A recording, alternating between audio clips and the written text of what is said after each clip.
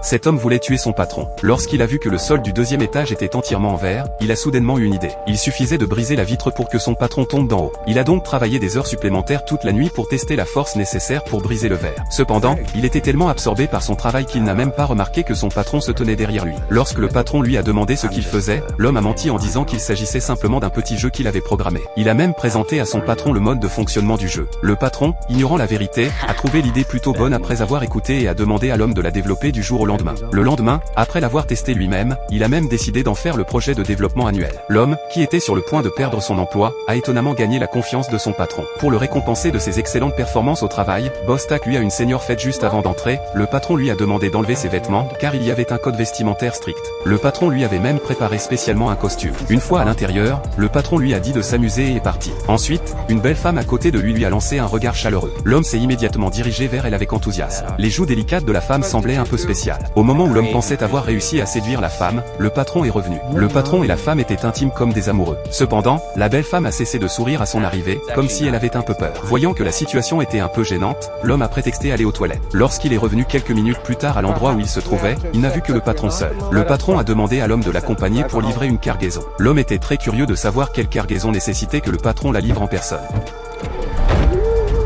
L'homme a pleuré de peur, car il était évident qu'il y avait une personne à l'intérieur. Il a rapidement interrogé le patron sur ce qu'il allait faire, mais le patron ne lui a pas répondu. Il a continué à supplier le patron d'arrêter la voiture. Soudain, le patron a freiné brusquement, mais pas à cause de sa demande, mais parce qu'il avait rencontré la police. S'il découvrait ce qu'il y avait dans la voiture, ils seraient tous envoyés en prison. Heureusement, la police n'a pas procédé à un contrôle de routine. Pendant que le patron était allé acheter quelque chose à la station-service, l'homme a profité de l'occasion pour ouvrir le sac et libérer la personne qui s'y trouvait. Il a alors découvert que la personne dans le sac n'était pas n'importe qui, c'était la femme avec laquelle il avait bu plus tôt. Avant que l'homme ne puisse répondre, la femme a sauté de la voiture. Frank Flores.